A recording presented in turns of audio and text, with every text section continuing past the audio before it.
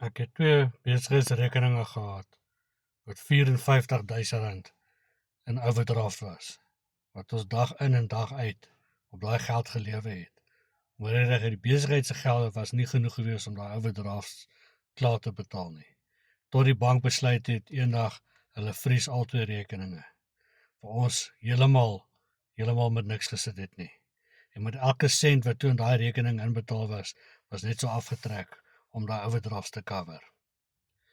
Maar toe het ek onlangs op hierdie Legacy Builders program afgekom, wat vir my letterlik en figuurlik leer hoe om aanlyn in dollar te verdien, deur net 2 ure 'n dag te werk, wat jou stap vir stap verduidelik hoe om alles te doen. Hy het 'n automated stelsel wat ook vir jou werk na jou 2 ure 'n dag wat jy gewerk het. Jy kan vir jouself 'n passiewe inkomste maak wat jy nie nodig het om 'n besigheidsrekening te hardloop met 'n overdraft nie.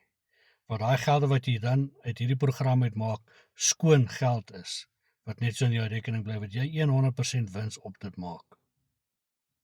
Die bank het wel my bankrekening gevries, maar het nie my drome gevries nie. As jy wil weet hoe ek van voor af begin, los my 'n comment en ek kom terug na jou toe en ek deel al die inligting met jou.